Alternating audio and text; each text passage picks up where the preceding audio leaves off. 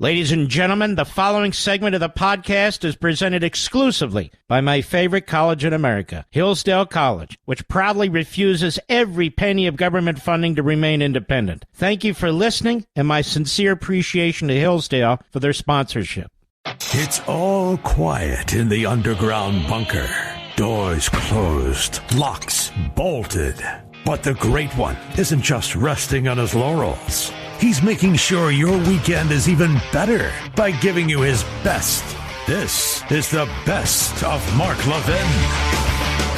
I hope you had a wonderful Independence Day weekend.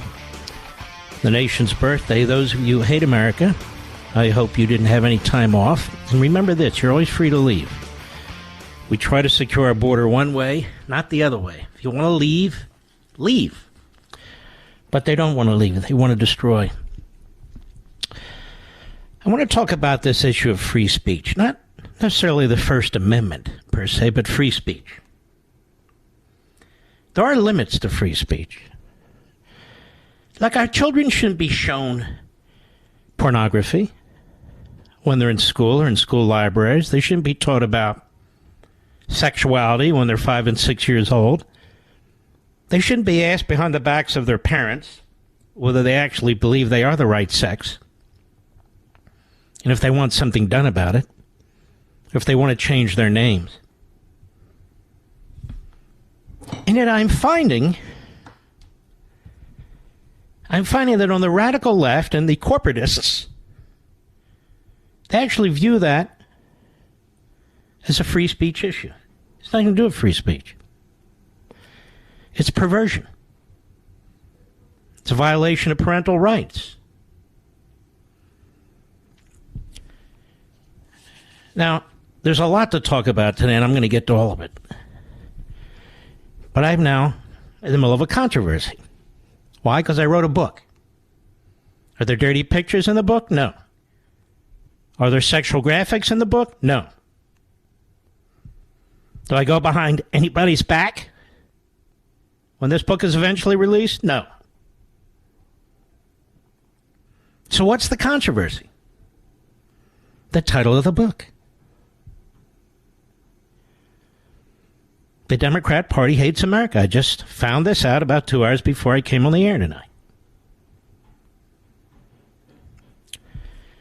Now, Target has told Simon & Schuster, my publisher, Threshold Books, that when the book comes out in September, it will not carry the book.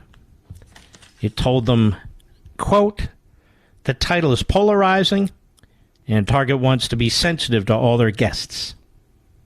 But they will make it available at Target.com.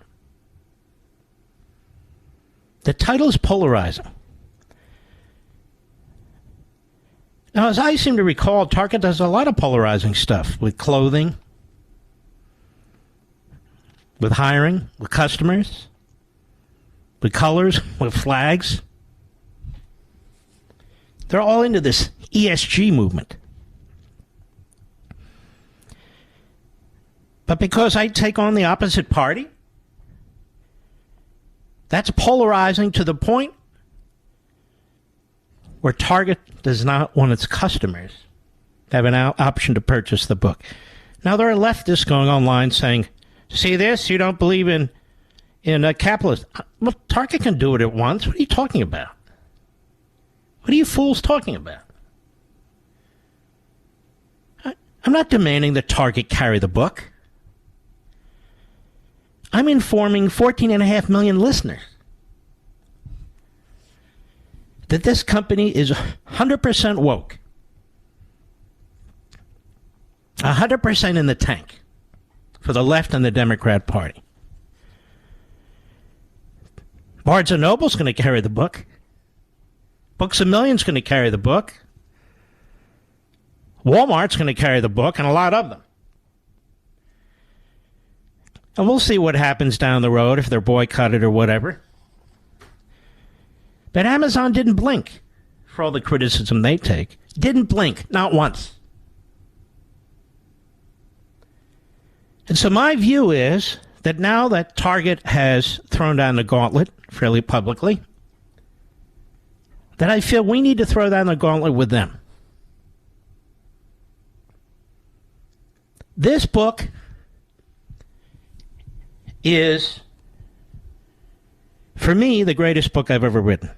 I don't just say that. Those of you who get it and read it, you'll see what I mean. It's the greatest book I've ever written. My editors think so. My family thinks, oh, Mark, that's by... My family tells me the truth. The greatest book I've ever written.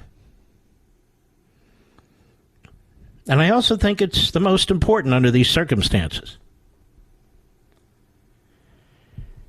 It's not written for Democrats, unless they want to wake up.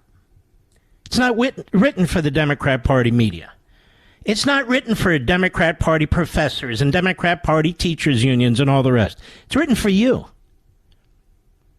And if you decide to give it to Democrats, that's a great thing. Maybe if they'll get past the first 50, 60 pages, a couple of light bulbs will go off. You've heard people call here and say that. You've heard them say that. But one of the things the Democrat Party is very high on these days is censorship. Whether it's corporate censorship, having nothing to do with the First Amendment, or censorship that violates the First Amendment. We're going to get to that in a minute with this fabulous ruling by this federal judge.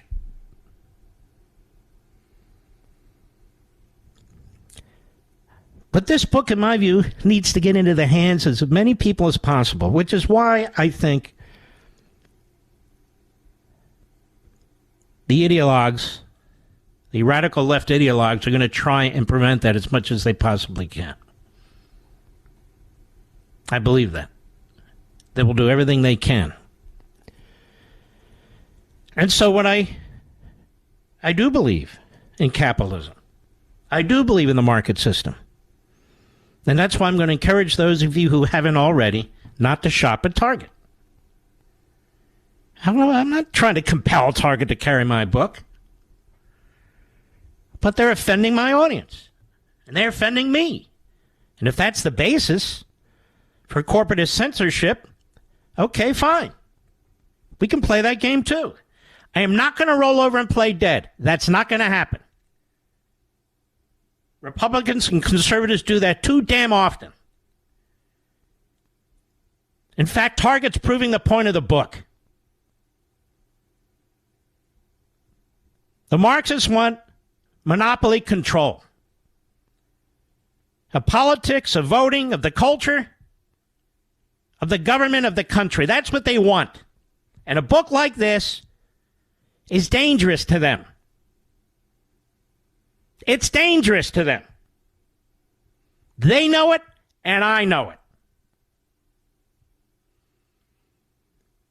And the Democrat Party has its finger in all of this. It is the organization through which these movements are organized. Like in any autocratic, repressive regime. They need an organization. They need a body through which they act politically, culturally, win elections in order to destroy elections. And if that's how this book is viewed by them, then I think by you it should be viewed as their kryptonite. So I'm hoping as many of you as possible who can afford it, if you're thinking about getting it, you'll go in and get it now at Amazon.com. Now, some people have said, well, the discount's been changed. Discount's going to change right up to the point it's released. But if they release it on a 30, 40% discount on the data release, you will get that discount. That's my understanding. You have nothing to fear from that. Thank God there are many platforms now for publishing and for making books available to you. It's strange. You know, it really is strange. It's so weird. I feel like I'm going back to the time of the King of England and the colonists. Who can publish what? Shh. Don't read that book in public, Rush used to say about liberty and tyranny. Make sure you read it, but put it in a paper bag. And I'm sure he'd say the same about this one. You know what else he would say? Don't take their crack. Don't take their crap. Go out there and kick butt. And he'd join in and he'd help. I want nothing more than for you people to get this book and read it. If you're just going to get it, don't get it. Get it and read it and then pass it along to somebody else. I'm telling you, only about, let me count, 4 people have read this book beginning to end. 4.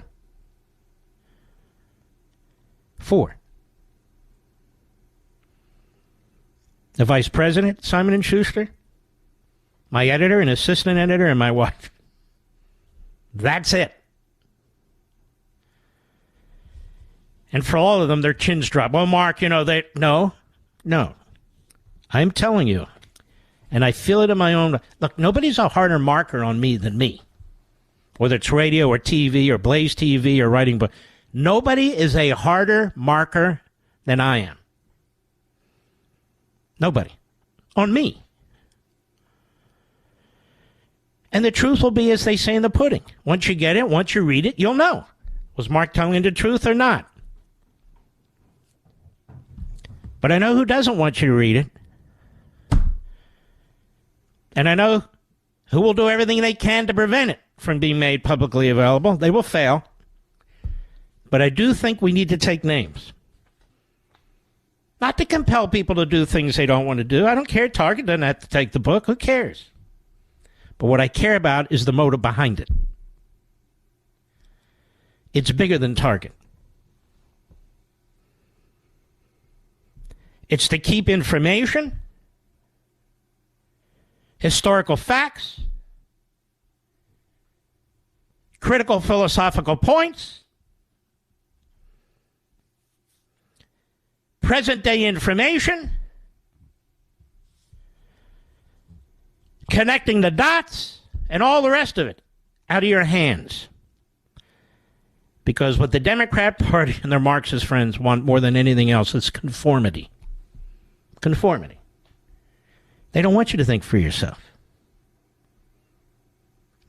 They want you to be embarrassed to carry a book that says the Democrat Party hates America out of a bookstore. They want you to be embarrassed to have it delivered to your home from Amazon. They want you to be embarrassed to read it on a plane and carry it under your arm. Are they embarrassed about anything? Anything. They're in your face. They're in the face of your children. They don't care. Well, we need to get stronger. We need to get stronger. I already said, I know what kind of grief I'm going to take from this book. I don't care. When you read it, you'll see why. This isn't a polemical book. This isn't a shoot from the hip book. Those of you who've read my other books, like American Marxism and Liberty and Tyranny, you know how I write. This book flows like a novel. But it is brutal. Like the title. There's no reason to hide.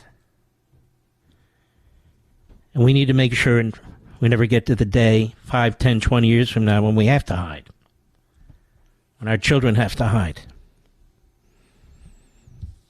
So if you can go over to Amazon.com and we can drive this thing up the list to number 1, I would really think that would send a message to everybody. And they need to have a message. If you can't, I completely understand. Target is not required to carry this book. Did I say call Target and tell them to carry this book? No. It's what they're doing, what others are doing, and not just to me. Mark Levin.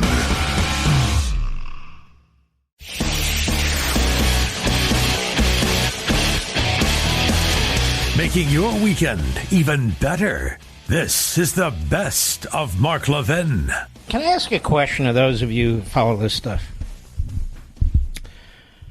Why do people bother commenting on sites of people they don't like? Isn't that weird, Mr. Producer? Why do you come on my sites and comment about me? If you don't like me, just go away. Just go away. I mean, it's so weird. Get a life. Go on the sites where you slobber over people. You know, like Hunter Biden. Does he have a site? I don't know. But there's all kinds of reprobates, malcontents, miscreants, perverts for you Democrats and liberals to follow. You probably do follow them. And they probably follow you, if you get my drift. Maybe right into Target, as a matter of fact. But anyway, you get my point. I remember when Sarah Palin, I think it was in her commercial, she had, among other things, a picture of a target. And not about shooting people, but, you know, a political thing, targeting issues. And so she had a picture of a target, and this horrendous murder took place in Arizona, killing a federal judge and maiming the congresswoman and so forth. And yet now we have a radical left corporatist corporation. They've taken over this corporation, which I'm sure was perfectly fine before the board of directors was infiltrated. And it's a big target. And it's called Target. And the left loves it. So they used the target against Sarah Palin. She's responsible for deaths, don't you know? And yet here's a whole store that's called Target with targets everywhere. The bags have a target. The wall has a target. The picture is a target. There's a target on the shirt. A targets everywhere. And they're concerned about me? The title of the book. Now, they haven't read the book. Nobody has it yet. They haven't read the book. Now, if I wrote a book that says transgendering in Newark, New Jersey, that would be right there on the top shelf, wouldn't it, Mr. Producer? Absolutely. Put a special flag on it. And how about Jenny's parents have no business? Meaning no business in knowing what their kid does. There it is. It's right on the shelf. Everything's great. Or every hate book you can imagine against Donald Trump, I'm sure they've carried. They're not concerned about that part of their customer base. They're only concerned about, well, the Democrats, they're so sensitive, don't you know? But this certainly does expose the problem. Not just this, but a lot of things. A book that in part talks about so many things, but in this issue, corporatists and what they're doing these days. And they just did it. Can't wait till this thing comes out, be honest with you. Can't wait. Because all these books relate to what's taking place or some philosophical issue or historical issue. I don't come on here and say, hey, can I tell you about my new book on cooking chocolate chip cookies? Baking, I guess they say. Shows you how much I do. The answer is no. Because then you're just hawking. I'm hawking principles and ideas. I'm hawking history. I'm hawking, I hope, together with you, whether we can save this place or not. So I'm deeply, deeply concerned about it, as I know you are as well. And we should be. Now let's move on. I want to talk about this judge. This judge, this federal district judge in Louisiana. Do you know he's an Obama appointee? Because MSNBC keeps changing his name. Obama appointee Judge Terry Dougherty. That's his name. Trump appointee. Now we have Obama appointees, and remember when the late, great John Roberts got mad at Trump, sent him a letter? Hey, just because they're Obama appointees doesn't mean... But he's not sending anybody letters now, is he? Oh, it's a Trump appointee. Oh, it must be bad. That explains everything. And on MSNBC, it does. They're very surface level malcontents. Strange lineup of, really, some of the dumbest people who've ever walked crawled on the face of the earth. Terry Dowdy, a Louisiana federal judge, writes Harry Blaff at the National Review, and I've read this opinion. It's a long opinion. It's fantastic. Issued a preliminary injunction Tuesday blocking certain federal agencies and officials, including the FBI and Department of Homeland Health and Human Services, from communicating with social media platforms. This guy's my new hero, by the way. The ruling comes after the attorney generals of Louisiana, Missouri, filed a lawsuit arguing that federal officials overstepped their mandates and curtailed conservative speech throughout the pandemic. Judge Dowdy wrote that he's likely to side with the plaintiffs on the merits of the case, but issued a temporary injunction preventing communication between the government and big tech companies, save for matters pertaining to criminal activity or national security threats, until the case is resolved. Now, we know the legal analysts and the professors, and we know the low IQ hosts on certain networks, on certain programs. This judge, what a dumb judge. Yeah, that judge doesn't know anything. Come on, that stupid judge. He's a Trump appointee, for God's sakes. Oh, okay. That's right, the three stooges on the Supreme Court, they're geniuses, especially Sotomayor. I will continue. Opposition to COVID-19 vaccines, he wrote.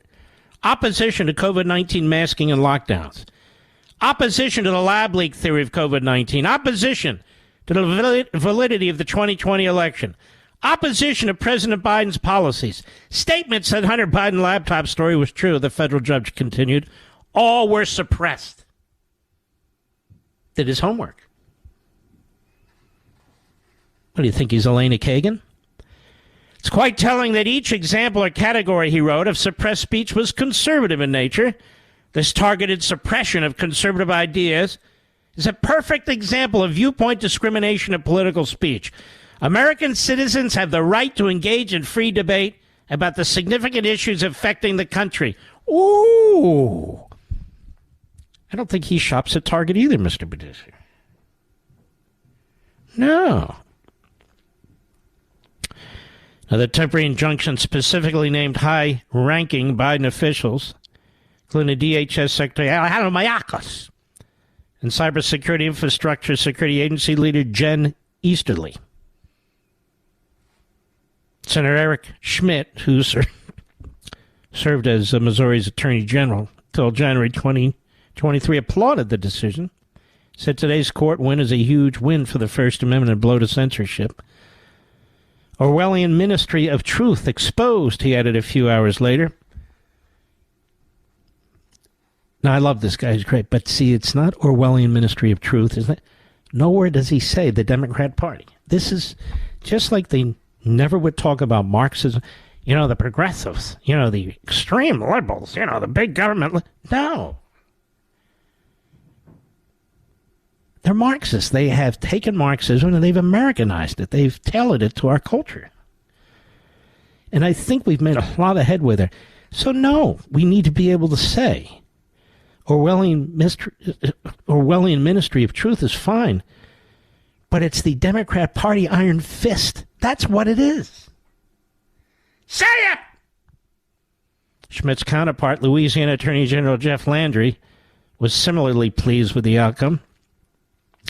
By the way, we tried to get Senator Kennedy on the show. This is probably the 8th time. Typically, we're Thursday. That's tough for some senators and congressmen, but some of them managed to make it. I mean, Lindsey Graham doesn't seem to matter what they're doing in the Senate. So we offered Friday, because apparently they're out Friday. We wish to tell you that we really tried, but we can't do it. So I guess he doesn't want to come on the show, Mr. Badissi. His loss, not mine, I can tell you that. Here we go.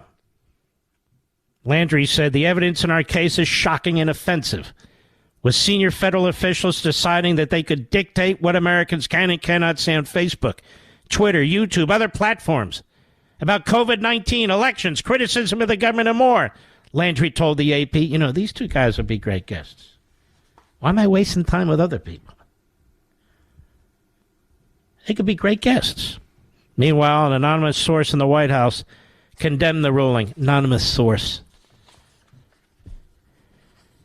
Joe, are you there? Joe? Joe's checking out what happened with this cocaine. How did that get in the White House? I've never discussed business with Hunter, and I've never discussed cocaine with Hunter. Look, we have two completely separate. We don't do this sort of thing. We would never discuss it. It's grotesque. Mark Levin.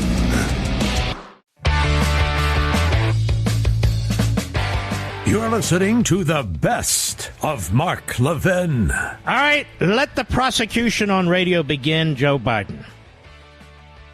Got to be patient with me here, folks. We're going to lay it out. Let us begin with our famous montage of many, many years ago that other hosts have since been using, Mr. Producer, on radio and TV alike. This goes to the issue of Joe Biden's credibility. Is he a man who tells the truth? Is he a man of character? Or is he a demagogue, propagandist, serial liar? Cut one, go! I was sort of raised in the Puerto Rican community at home. I was in the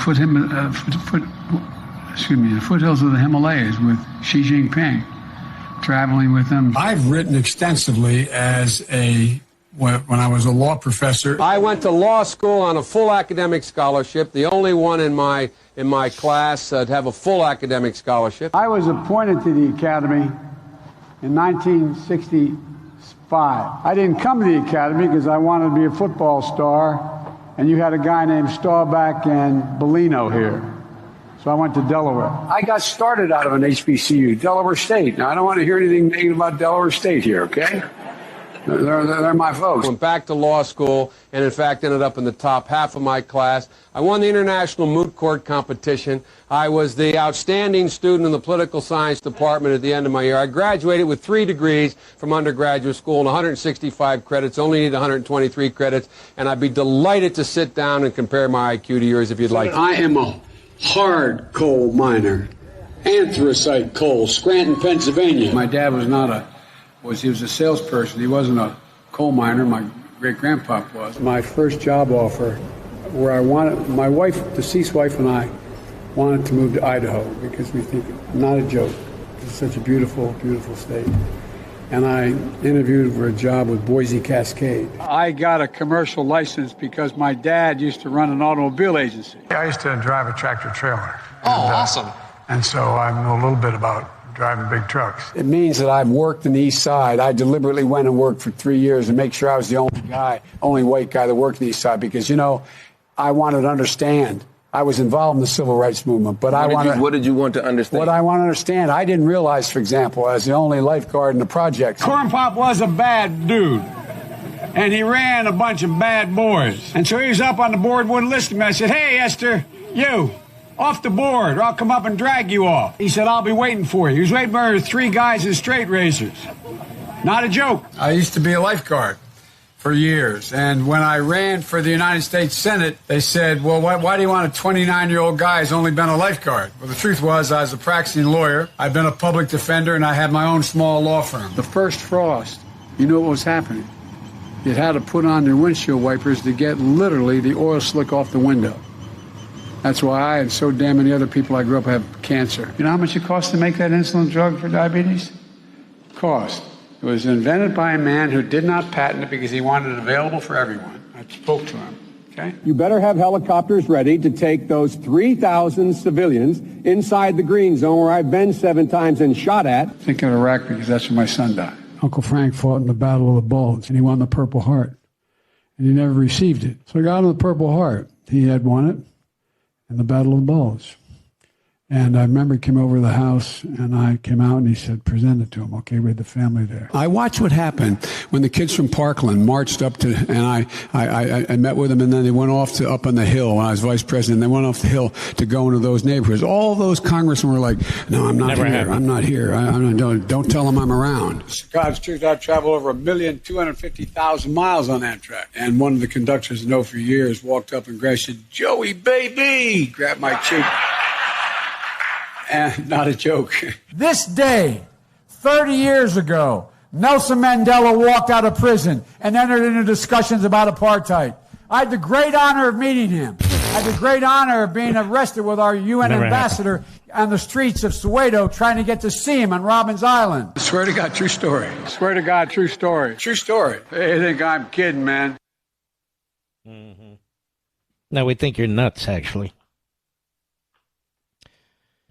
Let us turn to Mr. Producer. He's running for president. He's asked about 1987 report, let's play, on Biden's plagiarism in law school. Please, go ahead. While at Syracuse Law School, Biden was involved in a plagiarism incident. He quoted 5 pages of someone else's work without proper citation.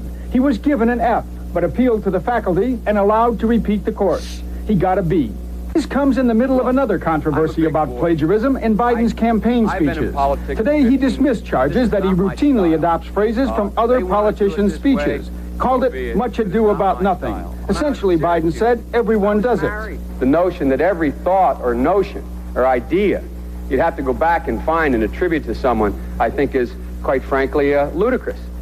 But to the political community in Washington, it all seems of a piece. Plagiarism at law school, plagiarism on the stump, for example. But this standard is not a measure of how we can evaluate the condition of our society. It cannot measure the health of our children, the quality of our education, the joy of their play. This is how it sounded when Robert Kennedy said those words in 1968. Yet the gross national product does not allow for the health of our children, the quality of their education, or the joy of their play. Biden gave Kennedy no credit. And, of course, he did the same with Neil Kinnock, the Labour Party leader, one time in Britain, and he's done it over and over and over again. And he's lying again today. I want to go to cut number 2, Mr. Producer. There's Biden in South Carolina, West Columbia, South Carolina. Can't go to California. Can't go to Illinois. Can't go to Michigan. Can't go to New York. Can't go to New Jersey. Can't go to the most populous blue states in the nation to talk about the economy. He has to go to the red states, where he goes and he takes credit for what's being done in the red states. They're following Reagan. All right, cut 2, go. Earlier, we heard the leadership of Enphase say that $60 million they're investing here. Well, that's 1,800 jobs across the country, and up 600 permanent jobs right here in South Carolina.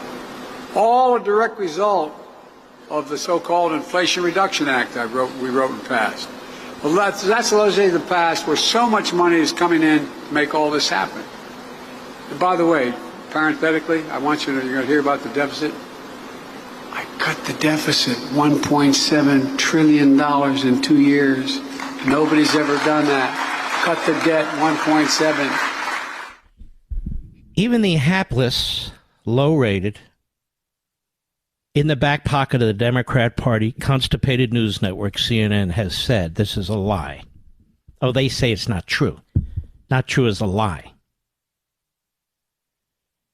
He didn't cut $1.7 trillion. First, out of one side of his mouth, he talks about all the new spending.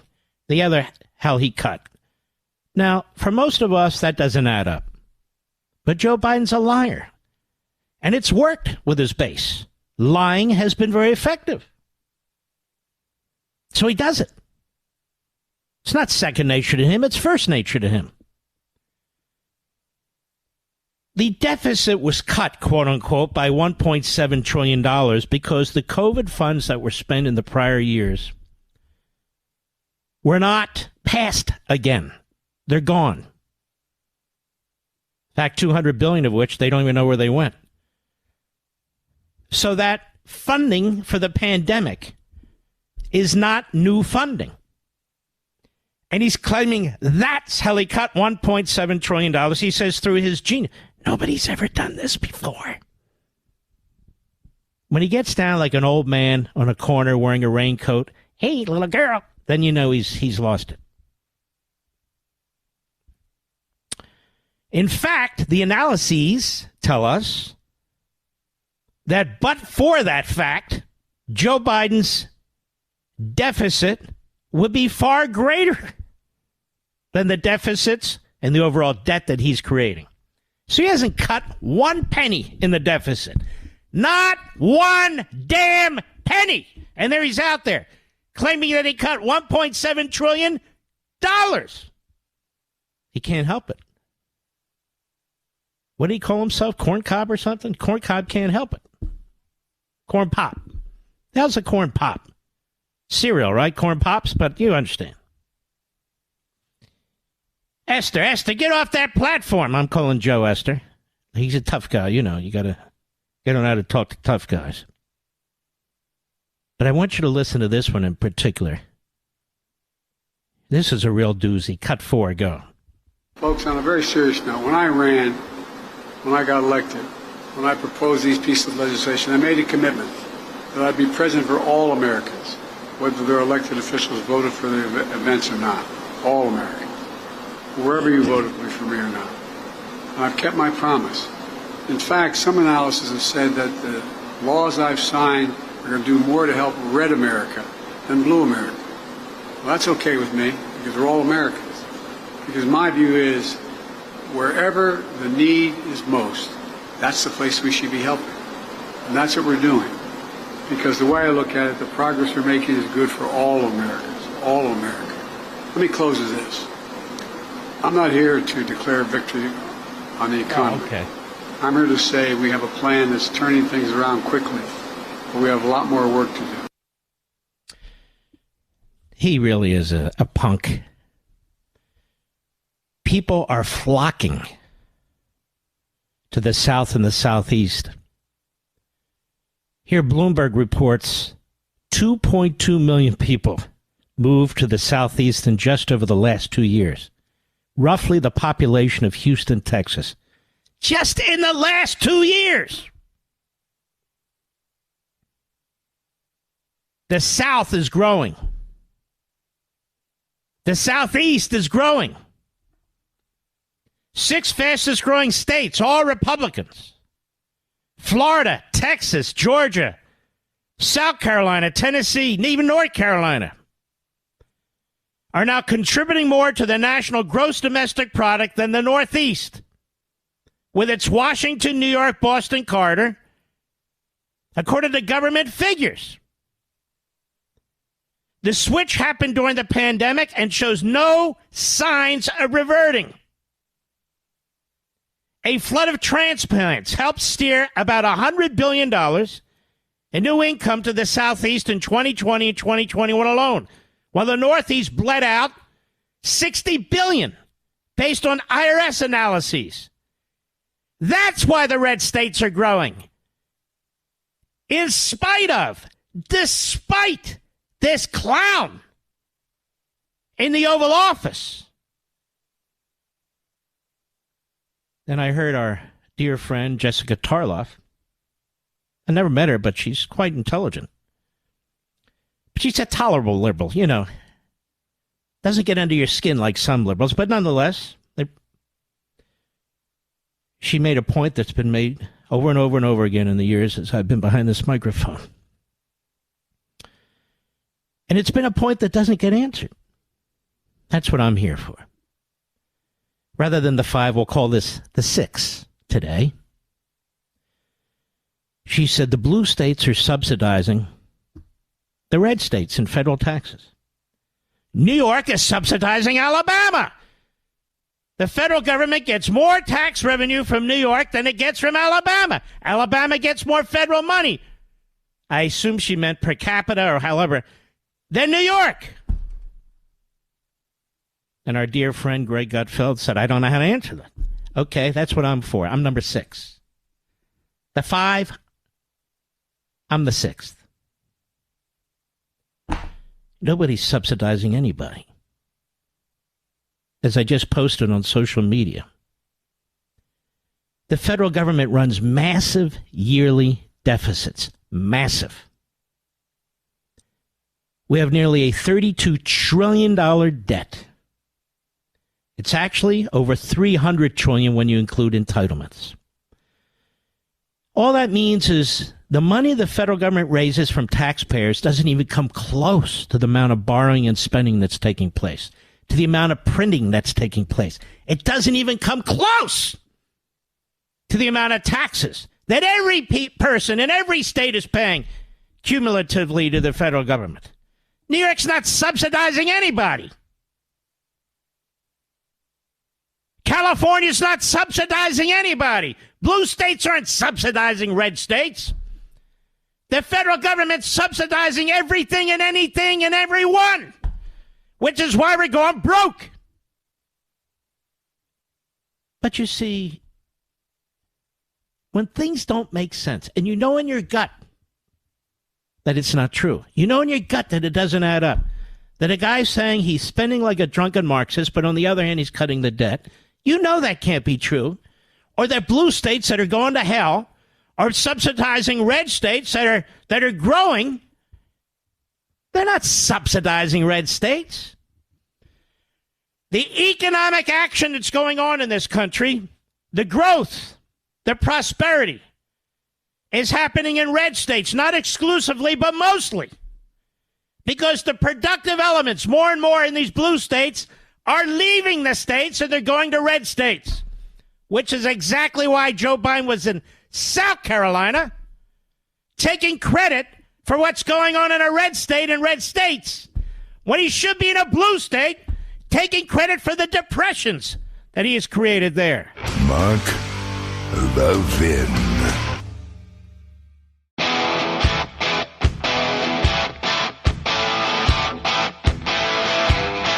The Great One makes your weekend even better.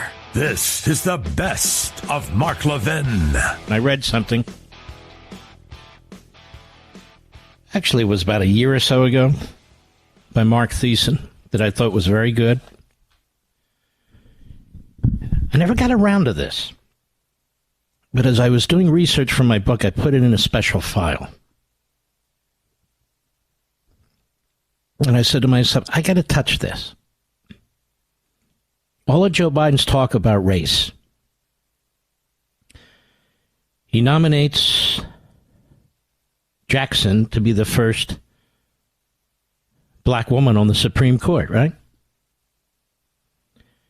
Here's what Mark Thiessen does to remind us from AEI. It's a very good piece. He's an opinion writer at the Washington Compost. He said President Biden wants credit for nominating the first black woman to the Supreme Court. But here's the shameful irony. As a senator, Biden warned President George W. Bush that if he nominated the first black woman to serve on the Supreme Court, he would filibuster and kill her nomination.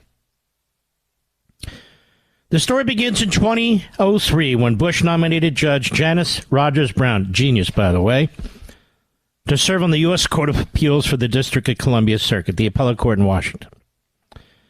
D.C. Circuit is considered the country's second most important court and has produced more Supreme Court justices than any other federal court.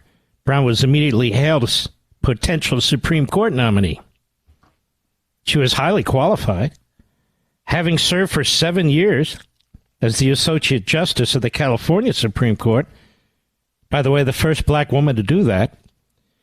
She was the daughter and granddaughter of sharecroppers, grew up in rural Alabama during the dark days of segregation, when her family refused to enter restaurants or theaters with separate entrances for black customers.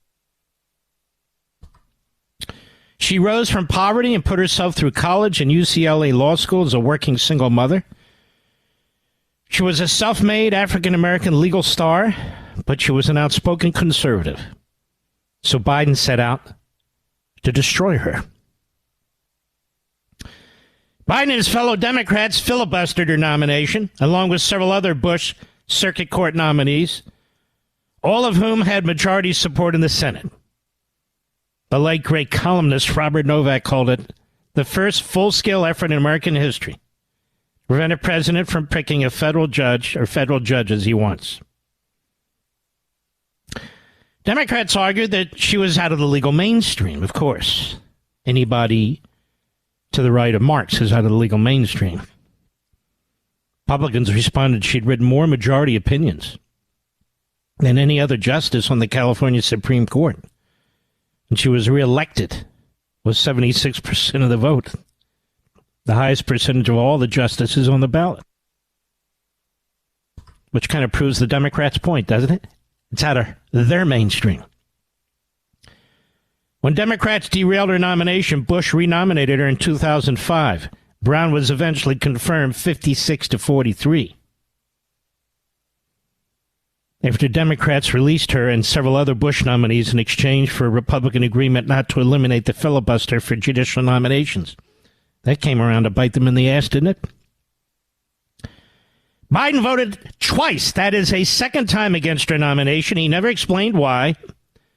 And if Brown was so radical, Democrats let her through but killed 10 other Bush nominees.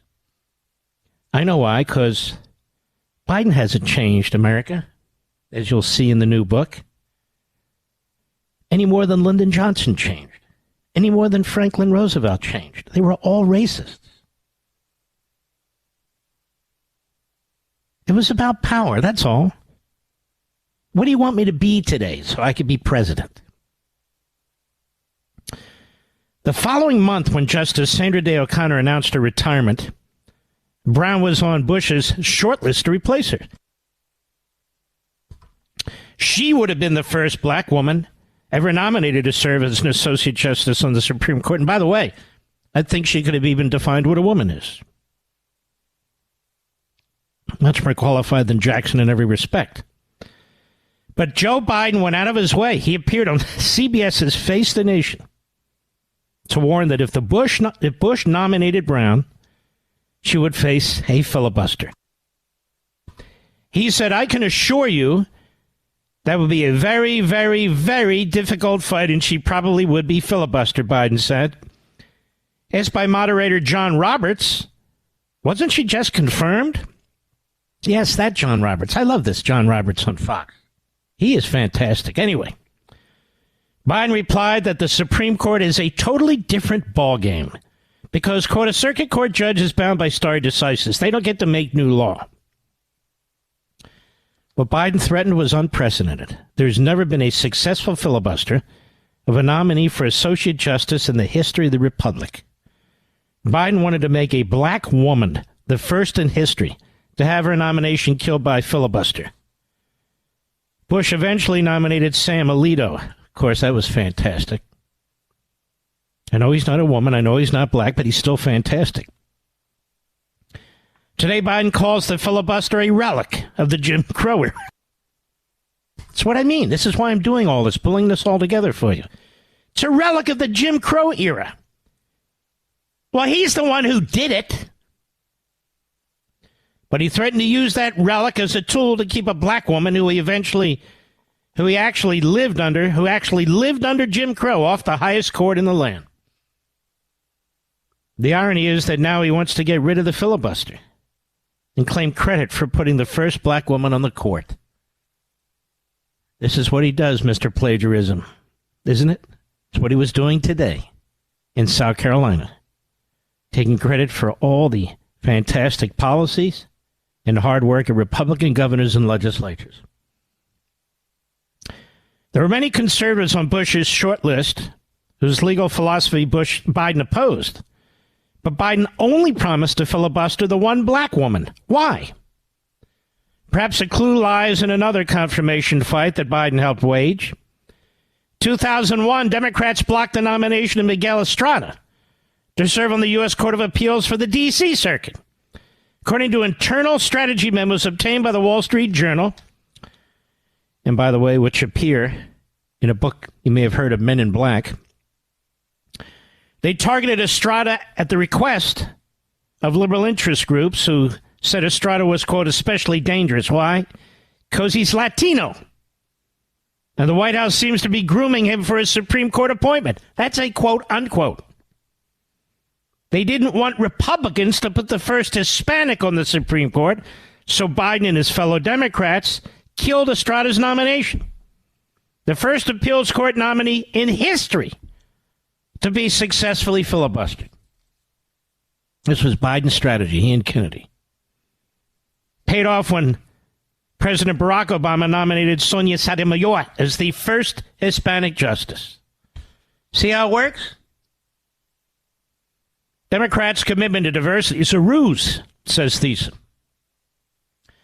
Biden was willing to destroy the careers of an accomplished Latino lawyer and a respected black female judge and stop Republicans from putting either on the Supreme Court. For Democrats, it's all about identity politics. It's all about power.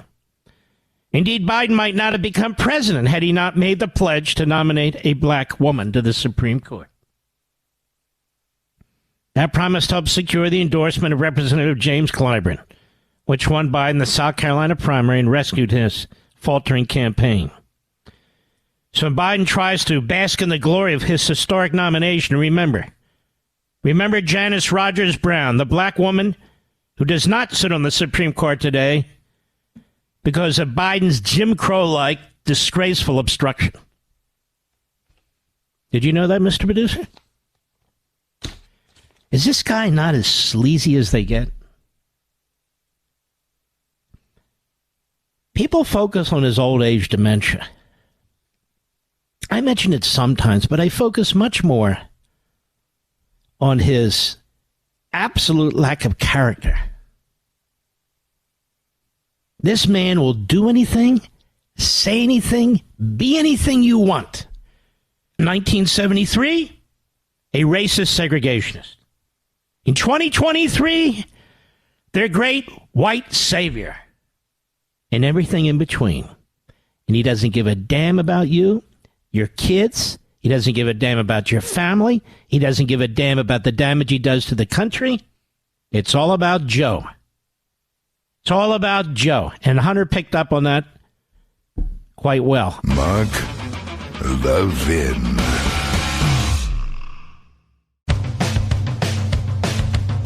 We're giving you nothing but the best. The best of Mark Levin. Just to be clear to all the candidates and would-be candidates out there, this isn't your program. This isn't the GOP, channel. We try and bring candidates on who contact us who have something to say.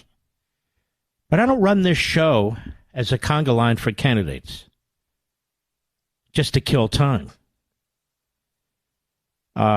Sometimes I'm friends with the candidate, so out of respect, I'll do it. Sometimes, candidate's second, third place, it's worth a shot. But if you're at 5% or under, 4% or under, maybe we'll bring you on and maybe we won't. We don't bring candidates on all the time. And most of the time, the candidates contact us. And if I put on, ladies and gentlemen, candidates who want to come on this program every time they ask, we would have a candidate every day, 5 days a week. Would we not, Mr. Producer? Would you listen to that? Would you even want to listen to that? I don't. So I figured you don't. So we try and spread it out from time to time. And I would say this, what we are learning here is that some of these candidates have campaign staffs that are really whip smart, on the ball, and some of them have arrogant putzes. Now, I'm not going to get into who right now, but it really is amazing. We've asked 2 or 3 times you wouldn't bring us. I'm sorry. Do I owe you something? It's not a matter of keeping people off. It's a matter of keeping listeners. There's a lot going on in this country. It's not my job to make sure your candidate does better in the polls. It's my job to inform my audience, who's been with me for over 20 years, about what I think are the priorities going on in this country. The threats we face, which are infinite. I just wanted to make that clear to them. Now, the Wall Street Journal, several decades ago, 30 years ago, I think, give or take. Yeah, it was 2002, actually. Took the position that we should have open borders. The late, great Robert Bartley, he was the Journal's editor for many decades. before Paul Gigott stepped in. And on July 3, 2000, he wrote a piece in the editorial page, and it was titled, "Liberty's Flame Beacons a Bit Brighter." They said, it's one of this newspaper's proud little traditions. On the 4th of July, we offer an editorial salute to immigration. Back in the immigration debate of 1984, we proposed a 5-word constitutional amendment. There shall be open borders. We have repeated this periodically since under our editorial headline invoking liberty's torch, the rekindled flame. Has that worked, this open border stuff? I would ask the Wall Street Journal editorial page. We've now had experience with it under Joe Biden. Is that a good thing? Hundreds of thousands dead from drug overdoses, including fentanyl. Drug cartels controlling our border. Sex trafficking of women and little children. The government unable to track young people who come into this country, even though they're supposed to track them, putting them out as fast as they can into the general public where they're now being basically indentured servants. Can anybody think of anything good that's come out of open borders? So the Wall Street Journal editorial page in the radical position was 100% wrong. But this is the mentality. Maybe they've changed their view, but this is the mentality they started with. That Paul Gigott, the individual there who now is the editorial... Listen, I've known Paul Gigott for decades. We don't really talk. But when he calls me Mark Levin, when he knows it's Levin, I'll call him Paul Gigott. Right, Mr. Producer? So here's this editorial, July 6, 2023, in the Wall Street Journal. DeSantis' crackdown will exacerbate the state's labor shortage while doing nothing to fix Biden's border failures. Florida Governor, they really like Chris Christie. They want Chris Christie to be the nominee. They would do anything for Chris Christie. They would. Peggy Noonan, I'll get to her later with her piece. Florida Governor Ron DeSantis' economic record may be the biggest selling point of his presidential campaign, yet he's doing neither his state nor his campaign a favor with an immigration crackdown that looks excessive and may do economic damage in the fast-growing state.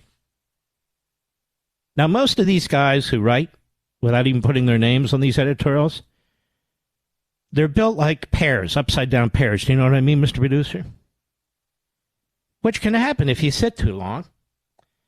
And I don't know the last time Paul Gigott has been to the border or not, quite frankly. Mr. DeSantis signed legislation in May that he claimed would combat Biden's border crisis. But the law, which took effect, last week, does nothing to stem the flood of migrants taking advantage of the Biden lax border last week, does nothing to stem the flood of migrants taking advantage of the Biden situation. How do they know this? Didn't they just say he just signed it into law, Mr. Producer? Well, they're prescient. The law requires employers with 25 or more workers to use the U.S. government's E-Verify system to confirm the legal status of new hires. Those who don't could be fined $1,000 a day. Sounds pretty good to me. I mean, either you're going to have a law and enforce it or you're not. Businesses that knowingly employ undocumented immigrants can have their state licenses and permits revoked. Many employers may lay off workers they suspect are illegal to protect themselves. Isn't that a good thing? This sounds like a great law, by the way. I guess that's why people are pouring into Florida, not Manhattan, where the Wall Street Journal editorial page is housed. An estimated 772,000 undocumented immigrants. This is how they write. Wall Street Journal. Not illegal aliens, undocumented immigrants. They talk like the left. Lived in Florida in 2018, many of whom have been there for years and contribute significantly to the state economy. Here you go. Construction, agriculture, hospitality depend heavily on undocumented workforces. not least because of a shortage of U.S. workers for such lower wage and unskilled jobs. Don't we hear this endlessly, America? How many more aliens is it going to take for the Wall Street Journal and the other border pacifists to be bitten by reality? How many more millions and millions of aliens is it going to take? They use the same line every time. Jobs Americans won't do. If you have liberty and tyranny, dust it off. Dust it off and go to the immigration chapter. With this entire ruse about Americans won't do these low-skilled, unskilled, low-paying jobs is a lie. It is a flat-out lie. It is a stereotype, a negative stereotype of Americans. Employers in these industries are reporting that they have been losing long-time employees and can't find new ones to replace them. Well, why did they hire them in the first place? And when they hired them illegally, why didn't they take steps to bring them through the legal process? Is that the fault of a governor who's trying to secure his state? It is the Wall Street Journal, after all, not the Main Street Journal. Many workers who are here illegally are worried they will be found out, and some are moving to other states. A quarter to half of workers have reportedly gone missing from some construction sites in South Florida. The main reason for that is what? Florida will not honor driver's license given to illegal aliens in other states, because it does not give driver's licenses to illegal aliens. That is identification. For a lot of reasons, including voting. Florida's a top producer of tomatoes, oranges, avocados. Yet about half the crop farm workers lack legal immigration status. Now, how do they know that? And if they know that, how is it that all these undocumented workers are here? The thumbing of your nose at the law just because it's immigration law, just because you have policies that you have believed for decades that are so radical and so damaging to the nation that you don't believe that a governor should secure his border to protect the people who are in his state is obnoxious. We can have legal immigration, but not as long as the border's open. Nothing's legal.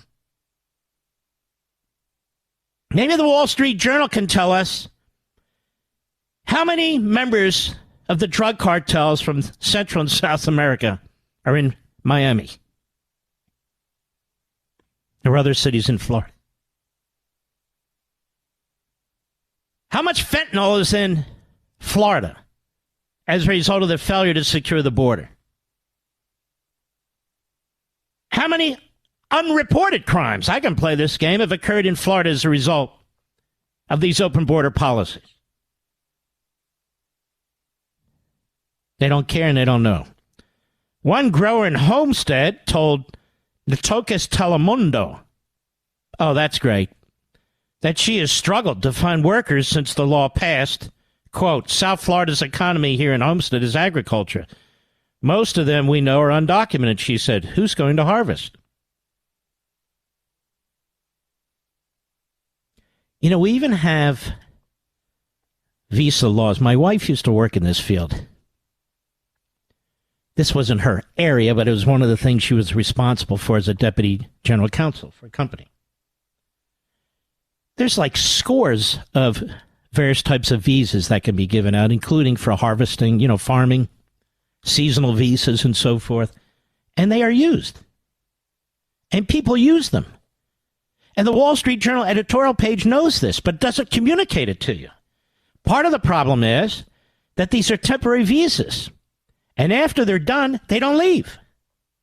So according to the Wall Street Journal, just keep bringing people in. Don't enforce any of the laws. Don't enforce any of the visa requirements and limitations. Just keep the cycle going and going and going and going.